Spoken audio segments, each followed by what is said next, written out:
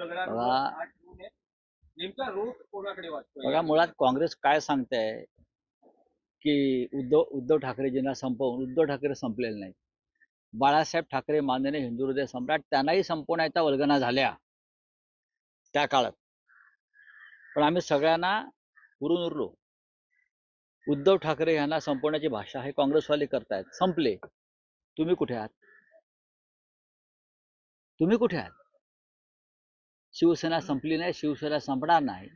आणि उद्धव ठाकरे यांच्या नेतृत्वाखालीच आम्ही पुन्हा उसळी घेऊ. आणि भारतीय जनता पक्षाची ही कूटनीती आहे. याला संपव, त्याला संपव, हा पक्ष फोडा, याला विकत घ्या. एकनाथ शिंदेच्या भविष्यात सुद्धा तेच आहे जे त्यांनी शिवसेनेच्या बाबतीत केलं. आमच्या भाजपा मोदी शहा कोणालाही सोडत नाहीत आणि विशेषतः जे त्यांचे सख्खे आहेत, जे त्यांच्या बरोबर आहेत, त्यांना सोडत नाही. सगळ्यांशी त्यांची ठगगिरी सुरू असते. त्यांचं असं म्हणणं आहे की एकनाथ शिंदेना बाजूला करून नवा उदय सामंतांचं नाव घ्या ना. उदय सामंतांचं नाव घ्या. डावसला घेऊन गेले.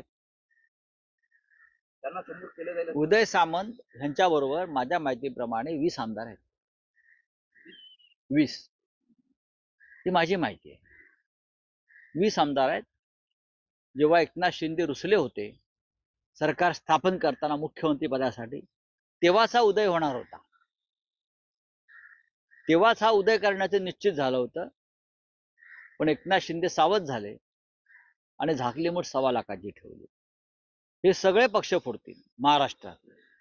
शिंदे गटही फोडतील, अजित पवार गटही फोडतील.